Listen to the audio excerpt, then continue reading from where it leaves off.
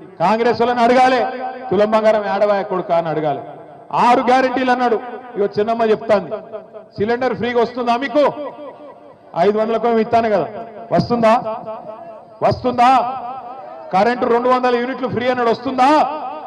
అక్క చెల్లె కట్టకుర్రి సోనియమ్మ కడుతుంది, సోనియమ్మ కడుతుంది అన్నాడు, కడుతుందా సోనియమ్మ? సోనియమ్మ ఆడవాయనో ఇందిరమ్మ ఆడవాయనో మనకు రేవంత్ రెడ్డి తలుపుకున్నాడు. పచ్చి మోసగాడు, పచ్చి అబద్ధాల కోరు. నిజంగా ఇవాళ రాష్ట్రం లెవెల్ మీదన్నా 420 చీటింగ్ కేసు పెట్టాలంటే మా ఆడబిడ్డలను కొడుతున్నా నేను. 100 రోజుల్లో ఇస్తా అని చెప్పి సంవత్సరం అయినా ఇయ్యనందుకు మొత్తం ఆడబిడ్డలు పెట్టాలి రేవంత్ రెడ్డి మీద చీటింగ్ కేసు, రాహుల్ గాంధీ మీద పెట్టాలి చీటింగ్ కేసు, కాంగ్రెస్ వాళ్ళ మీద పెట్టాలి గ్యారెంటీలు అని చెప్పి మాట దన్నినందుకు కేసులు పెట్టాలి. ఇక మనం కేసులు పెట్టినా పోలీసు వాళ్ళు ఉన్నారా ఇడ? ఇక పోలీసు వాళ్ళకి దరఖాస్తు ఇచ్చినా వాళ్ళు తీసుకోరు పాపం. వాళ్ళు ఏం చేస్తారు? రేవంత్ రెడ్డి మళ్ళీ ట్రాన్స్ఫర్ చేస్తాడో ఉల్టా ఏమన్నా చేస్తాడో అని వాళ్ళ భయం. కాబట్టి మీరు కేసు పెట్టినా వాళ్ళు తీసుకోరు. అందుకే మనం ఒక్కటే పని చేయాలి. ఏం చేయాలి? ఓట్లప్పుడే సురుకు పెట్టాలి. మళ్ళా ఓట్లకు వస్తారు, ఎక్కువ దూరం లేదు, చేవెళ్లలో తొందరలోనే ఎమ్మెల్యే ఎన్నిక కూడా మళ్ళా కాబోతున్నది, ఉప ఎన్నిక కాబోతున్నది. మీరు గెలిపించిన ఎమ్మెల్యే మీరు కేసీఆర్కే ఓటేసిర్రు, ఓటేసి గెలిపించిర్రు. కానీ ఆ ఎమ్మెల్యే ఏందో కానీ రేవంత్ రెడ్డి సంకలది వచ్చిండు. ఇప్పుడు పోయి రేవంత్ రెడ్డి గారు సంకలది వచ్చిండు. ఎందుకు పోయినవాయా అంటే అభివృద్ధి కోసం పోయినట్టు. ఎవరు అభివృద్ధి కోసం పోయినావు నువ్వు? ఏం అభివృద్ధి చేసినావు ఈ సంవత్సరంలో? రైతు బంధు ఇచ్చినవా? లేకపోతే ఆడబిడ్డలకు నెలకు 2500 ఇచ్చినవా? తులం బంగారం ఇచ్చినవా? చదువుకునే పొలగాళ్ళకు స్కూటీలు ఇచ్చినవా? నువ్వు ఇచ్చిన మాట ఒక్కట నిలబెట్టుకున్నావా? ఏం అభివృద్ధి అయింది ఈ సంవత్సరంలో? ఉన్నది వీకింది. కాబట్టి నేను అంటున్నా, రేపు ఎలక్షన్ వస్తుంది. ఎలక్షన్ వచ్చినప్పుడు చేవెళ్ళ మాత్రమే కాదు, రాష్ట్రంలో 10 మంది ఎమ్మెల్యేలు ఎవరైతే పార్టీ మారినరో 2025 సంవత్సరంలోనే ఆ ఎలక్షన్ కూడా వస్తుంది. మీ చేవెళ్ళ ఉప ఎన్నిక కూడా వస్తుంది. బుద్ధి చెప్దామా కాంగ్రెస్ పార్టీకి? చెప్దామా వద్దా? రైతు భరోసా వేయనందుకు, చెప్పిన మాట ప్రకారం 15,000 ఇయ్యనందుకు, వానకాలం రైతు బంధు ఎగ్గొట్టినందుకు, సంవత్సరం తర్వాత కూడా రైతులకు రూపాయి ఇయ్యనందుకు, రుణమాఫీ అని చెప్పి మోసం చేసినందుకు, 2,500 అని చెప్పి మోసం చేసినందుకు, 6 గ్యారెంటీలు ఎత్తగొట్టినందుకు, పక్కనే ఉన్న కొడంగల్ నియోజకవర్గంలో మా భూమి మేము ఇయ్యము అన్న పాపానికి, మా భూమి మాకే ఉండాలి అట్లెట్లా గుంజుకుంటావు నువ్వు అని అడిగితే 40 మంది రైతులను తీసుకుపోయి జైల్లో పెట్టిండు 40 రోజుల పాటు. గట్ల రైతులను హింసించినందుకు, హీరియా నాయక్ అనే రైతుకు గుండెపోటు వస్తే, గుండె నొప్పి వస్తే బేడీలేసి హాస్పిటల్ కొట్టబోతావా? గందుకేయాలన్నా నీ కోటు? సరే నరేందర్ రెడ్డిని పెట్టినావు, నరేందర్ రెడ్డి చెప్తున్నాడు పక్కకెళ్ళినా, అన్న 37 రోజులు కాదు మళ్ళీ ఒక 40 రోజులు పోమంటే పోయేస్తా, కానీ ఆడబిడ్డలకు ఇచ్చిన మాట నిలబెట్టుకోమను, సిగ్గుంటే రేవంత్ రెడ్డి అని చెప్తున్నాడు. ఒక్క నరేందర్ రెడ్డే కాదు, నేను కూడా చెప్తున్నా, 37 రోజులు కాదు, నీకు దమ్ముంటే 370 రోజులు పెట్టుకో, ఫరక్ పడేదేం లేదు, భయపడేటోడు ఎవడు లేడు. కానీ నువ్వు ఇచ్చిన ప్రతి మాట నిలబెట్టుకో, నువ్వు ఇచ్చిన ప్రతి హామీ ప్రజలకు ఇచ్చింది నిలబెట్టుకో.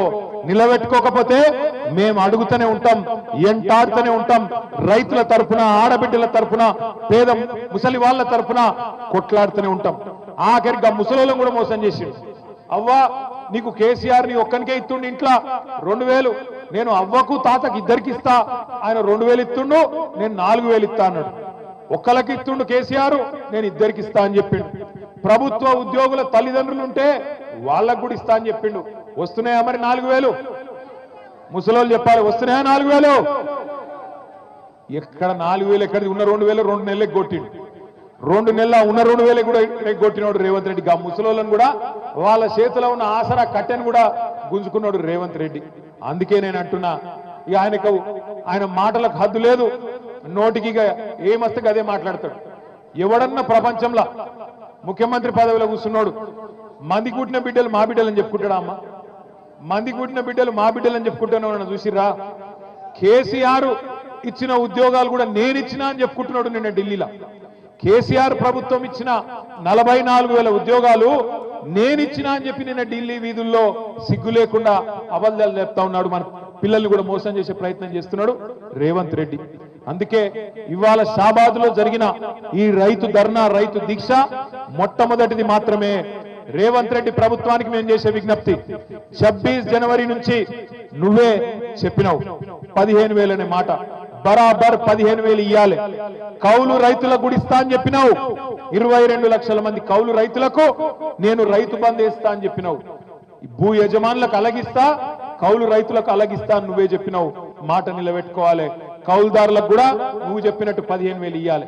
అదే విధంగా నువ్వు ఇంకో మాట ఇచ్చినావు. భూమి జాగా లేనోళ్లకు, రైతు కూలీలకు నెలకు 1000 రూపాయల చొప్పున సంవత్సరానికి 12,000 ఇస్తా అని చెప్పినావు. బరాబర్ రైతు కూలీలకు కూడా 12,000 రూపాయలు ఇచ్చి తీరాలి. రైతు కూలీలకు ఇయ్యాలి, కౌలు రైతులకు ఇయ్యాలి, భూ యజమానులకు ఇయ్యాలి. ఆ రోజు రేవంత్ రెడ్డి ఒక డైలాగ్ కొట్టిండు. 2 పంటలకు కాదు 3 పంటలకు ఇయ్యాలన్నాడు. 2 పంటలకు కాదు 3 పంటలకు రైతు బంధు ఇయ్యాలన్నాడు. నేను ఒకటే అంటున్నా, రైతుల తరఫున, ఎందుకంటే రైతు కులం లేదు, రైతుకు మతం లేదు, అన్ని కులాలోళ్ళు ఉంటారు, అన్ని మతాలోళ్ళు ఉంటారు.